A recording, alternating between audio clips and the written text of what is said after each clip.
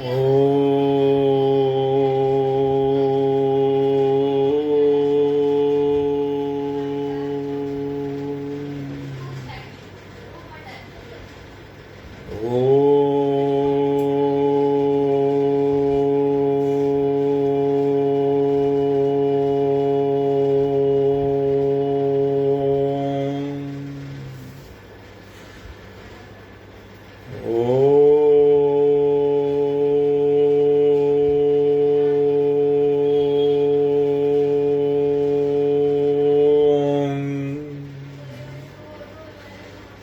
गुरु ब्रह्मा गुरु विष्णु गुरु साक्षात् परमेश्वर गुरु पारब्रह्म स्वामी बुद्धि महेश्वरा तमेव माता च पिता तुमेव बंधु च सखा तुमेव विद्या च धर्मं तुमेव मम देव देवो वंदो चरण सरोज गुरु मधुमंगलाकार जैसे वतन रोते भवसागर से पार गुरु जी के सिमरण मात्र से नाशत विगणन तासी सर्वप्रम धावत है सब संग आप प्रगटे जगत में जीव का निस्तारने शब्द नाव बनाए सुंदर जीव का को तारने नम्रता और दीनता से भेंट सदगुरु लीजिए मैं हूँ शरणागत तुम्हारो दास अपना कीजिए। बोलो जयकारा बोल मेरे श्री गुरु महाराज जी बोल साचे दरबार की जय बोल आनंद कंदवासी भगवान की जय। आज 25 अप्रैल 2022 अमृतवाणी सेवा ट्रस्ट एवं हरिहर सत्संग मंडल की तरफ से दैनिक सत्संग का कार्यक्रम आरंभ करते हैं वचनों के साथ, अमृत वचनों के साथ। आज हम दोपहर का प्रोग्राम होता है 1 से 2। हमारी इच्छा ऐसी है कि कई बार काम की अधिकता की वजह से समय नहीं निकाल पाए दोपहर को, तो ये तो एक आपको बताया है कि तो रस जो लग गया है अब ये छूटने वाला नहीं। जब तक इस जबान में ताकत है, जब तक इस शरीर में ताकत है, जब तक इस प्रभु की कृपा है, जब तक सिर पर मालिकों का हाथ है, तब तक ये मैं चाहता भी नहीं कि मेरे से ये सत्संग छूट जाए। क्योंकि आज मैं इस सत्संग की वजह से बहुत कुछ प्राप्त कर चुका हूँ, प्रभु का आशीर्वाद भी मिल चुका है, सब कुछ हो चुका है।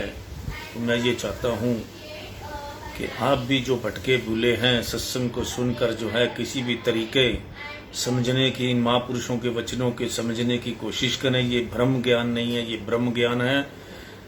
जो भी ये पढ़ा जाता है ये सब जो है महापुरुषों के सत्य वचन है, अमर वचन है।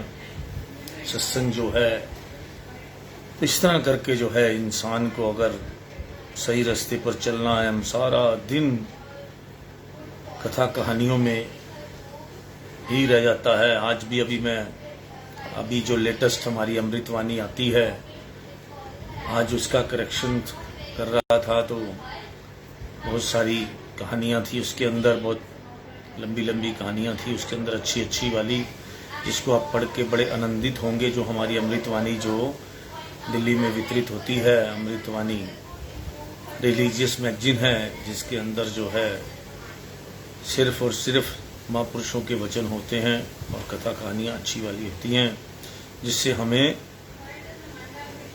बहुत कुछ सीखने को मिलता है।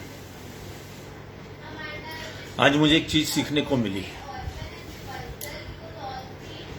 जो हम मंदिरों में जाते हैं हमें कुछ नॉलेज नहीं है, हमारे बच्चों को तो बिल्कुल भी नॉलेज नहीं है। हम फोटो देखकर आ जाते हैं और हर फोटो का मतलब होता है। और मेरे ख्याल जो सत्संग सुन रहे होंगे इनको भी नहीं पता होगा, लोगों को अपने हिंदू धर्म के बारे में बहुत कम ज्ञान है। पंचमुखी हनुमान जी जो हैं, कहीं पर पंचमुखी हनुमान जी हैं, हमारे मंदिर में भी हैं। आज तक मैंने इस चीज पे कभी गौर नहीं किया कि हनुमान जी पंचमुखी क्यों हैं, और शायद मेरे ख्याल इससे भी ज्यादा मुख वाले हैं हमारे यहाँ हनुमान जी जो मंदिर में हैं। लेकिन हमने कभी भी इस बात पे गौर नहीं किया कि ये हनुमान जी, क्योंकि हम अपनी किताबों को पढ़ते ही नहीं है, हम अपने संस्कारों को लेते ही नहीं है। और अगर कोई ऐसा सत्संग सुन रहा हो जिसको पंचमुखी हनुमान के बारे में पता हो कि क्यों है वो, तो थोड़ा सा हमारे को इशारा कर दे कि हमें पता है कि पंचमुखी हनुमान जी जो है वो क्यों कहे जाते हैं, क्यों मंदिरों के अंदर भी स्थापित है। तो मैं आपको बताता हूं, जब हनुमान जी जो है, जो हनुमान जी को पाताल लोक में ले गए, अहिरावण ले गया जब, तो अहिरावण जो है बड़ा शक्तिशाली था, रावण का ही भाई था कहते हैं, तो बड़ा शक्तिशाली था, मगर उसको कोई मार नहीं सकता था। और उसके बाहर जो गेट पर थे वो हनुमान जी के बच्चे थे, लड़का था उनका हनुमान जी का, जिसका नाम था मकरध्वज, ऐसा नाम था उसका। तो वो मछली के पेट से पैदा हुए थे। कब हुए थे? जब हनुमान जी समुन्द्र में लंका को जा रहे थे, तो रास्ते में उनके जब समुन्द्र के अंदर गए तो उनके पसीना जो था वो गिरा मछली के मुंह में, और जब उस मछली को लाया गया बाहर निकाल के, बाद में वो अपने आप ही वो जो बाहर उसको लाया गया काटने के लिए, खाने के लिए, उसके पेट में जो है मकरध्वज जी जो थे वो जो है उनके पेट में थे। मतलब कि ऐसा एक बच्चा था और उनकी आधा शरीर मछली का था, आधा इस तरह का था। तो इस तरह करके वो गेट पर थे। और वो जो है मेन बात थी कि वो मारा क्यों, मरता, रावण मर नहीं सकता था जब तक कि एक बार में वहां पे कोई 5 दिए थे उनको बुझाए ना जाए एक ही बार में। और वो 5 दिए बुझाने के लिए हनुमान जी को अपने 5 जो है रूप बनाने पड़े। तो पंचमुखी हनुमान जी का वो दर्शन होते हैं मंदिरों के अंदर। हर चीज के पीछे कोई ना कोई लीला छिपी है, कोई ना कोई कारण है, कोई ना कोई सिस्टम है। तो इसी तरह हम लोगों को अपने धर्म ग्रंथों के बारे में कई बार हम कहीं कहानियां पढ़ते पढ़ते इसलिए काट देते हैं कि आज के बच्चे, आज के पढ़ने वाले इस पे बिलीव नहीं करेंगे, क्योंकि हमें, लेकिन जो महापुरुषों के ये वचन हैं इन पे हमें पक्का, मतलब कि हमें पक्का पता होता है कि वो इसको बिलीव करेंगे, क्योंकि ये जो हैं हिंदी में समझ लो, इंग्लिश में समझ लो, सब कुछ समझ लो, मतलब एक ही है। और जो असली मतलब है ये सब मक्खन निकला हुआ है। जो महापुरुषों के ये वचन हैं ये सब बिलोकर, सब कुछ करके, सब तरह से जो है एक तरह का समझो कि सब कुछ जो निकाल के जो ऐसे वचन हैं जो हर युग के अंदर यही वचन होते हैं महापुरुषों के, हर युग के अंदर। तो वही वचन आपको सुनाए जाते हैं। इसमें ना इफ है, ना बट है, ना किंतु है, ना परंतु है। जैसा स्वयं को बनाना चाहिए, यदि वैसा नहीं बना पाते तो दूसरों को अपनी रुचि के अनुकूल कैसे बनाओगे। सदगुरु को प्रिय लगना चाहते हो तो किसी की निंदा ना करो। दुखी को धीरज दो, निर्बल को बोझ उठा सहारा दो, अनजान को अच्छी सम्मति दो और बिछड़े हुए को मालिक से मिलाओ।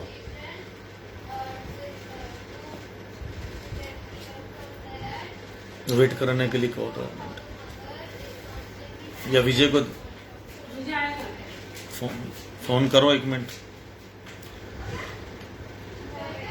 सदगुरु से निशाना निभाना गुरुमुख का परम कर्तव्य है। अपना आप गंवाना पड़ता है। स्वयं को अनजान समझ दूसरों को बुद्धिमान कहो। जीवा पर नियंत्रण रखो, मन को जीतो, सदगुरु को प्रसन्न करो तो निभ जाने की संभावना है। जिन्होंने अपना सर्वस्व तन मन धन सदगुरु के चरणों में संपन्न कर दिया, उन्होंने ही नित्य जीवन का आनंद प्राप्त किया है। ऐसी त्याग की मूर्तियों को उनके जीवन काल में लोग चाहे कुछ भी समझे, परंतु मरणोपरांत उनकी महिमा गायन करते नहीं गाते। ऐसी महान विभूतियां अपने जीवन काल में सदगुरु के वचनानुसार चलकर महान आदर्श स्थापित कर देती हैं। सेवा से हीन तथा प्रमादी चाहे हजारों हो, तुम उसका अनुसरण ना करना। सेवा में सतर्क चाहे एक ही हो, तो भी तुम उसका अनुसरण करो। सन्यासी उसे मत कहो जो व्यर्थ भ्रमण करता फिरे, परंतु जो अधिक से मालिक के निमित्त कार्य करे उसे सच्चा सन्यासी समझना चाहिए।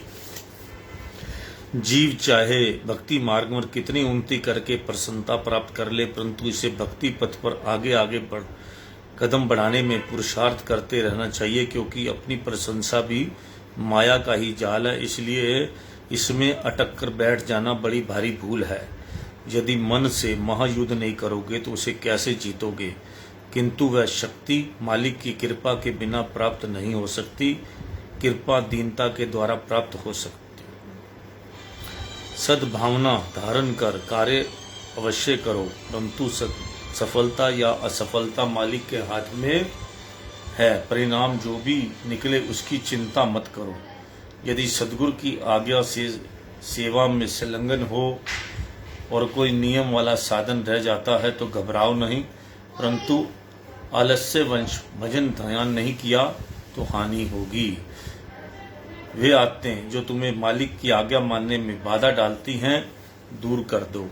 उन्नति के लिए नीति और भक्ति दोनों आवश्यक हैं। दोनों में से एक हो एक ना हो तो कार्य अपूर्ण रहेगा।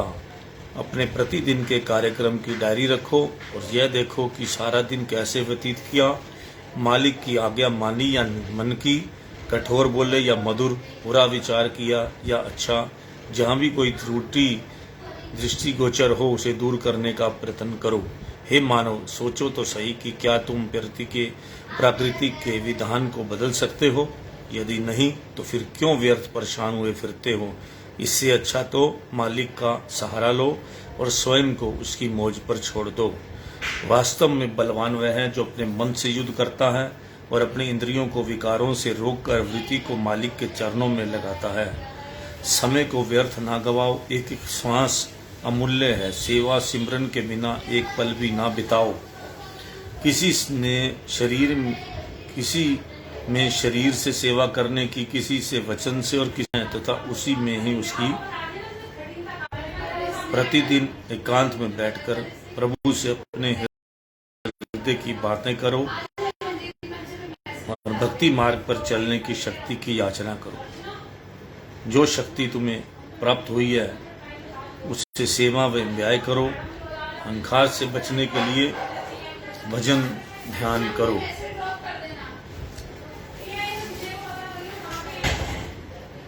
तो अमृत वचन आज की हम यही समाप्त करते हैं। यदि किसी जीव में बिना भक्ति के अनेकों गुण हो, वह सब गुण सतगुरु की दृष्टि में कौड़ी के बराबर भी नहीं है। यदि केवल एक भक्ति का गुण हो तो वह अनेक गुणों से भी बढ़कर है। संत महापुरुष शारीरिक गुणों को नहीं देखते, वह भक्ति के गुणों को ही देखते हैं। उनकी दृष्टि में भक्ति का गुण ही सर्वोत्तम गुण है। श्री रामचरितमानस में कहा है कि भक्तिहीन गुण सब सुख ऐसे, लवण बिना बहु बीजन जैसे। जिस प्रकार नमक के बिना सभी व्यंजन फीके लगते हैं अथवा चांद के बिना सितारे जड़ित आकाश भी शोभामान नहीं होता, इसी प्रकार ही भक्ति के बिना अनेकों गुण किसी काम के नहीं, क्योंकि भक्ति ही मनुष्य जीवन का सुंदर श्रृंगार है। संत महापुरुषों की दृष्टि में जिसके अंदर भक्ति का गुण विद्यमान नहीं, वह लोहार को धोखनी के समान है, अर्थात वह निष्प्राण होकर जीवन व्यतीत कर रहा है। संसारिक दृष्टि से चाहे कोई लखपति बन जाए अथवा महासम्राट, परंतु भक्ति के बिना उनका कोई विशेष मूल्य नहीं। गुरुवाणी में भी लिखा है, एक भक्ति भगवान जिना प्राणी के नाही मन, जैसे सुक्रु स्वान नानक मानो ताहिं तन। क्योंकि जिसने अपने जन्म के मूल्य को ही ना पहचाना तो उसकी बुद्धिमत्ता, सुंदरता व कुशलता किस काम की। ये गुण और बुद्धिमत्ता तो उसे पिछले पुण्य कर्मों से मिल गई। अब यदि इस जन्म की श्रेष्ठता ना समझी और शारीरिक सुख उपयोग भोगों में फंसा रहा तो उसने मानव मनुष्य जन्म का दुरुपयोग किया। अतएव मानव जन्म को भक्ति रूपी गुण से सुशोभित करके इस जन्म का पूरा लाभ उठाना है। तो आज मैं आपको ये आपने बड़ा फास्ट सुना, तो अब जो है थोड़ा टाइम की थोड़ा वो है, तो आज का सत्संग हम यहीं समाप्त करते हैं। कल फिर मिलेंगे बहुत सुंदर सुंदर वचनों के साथ।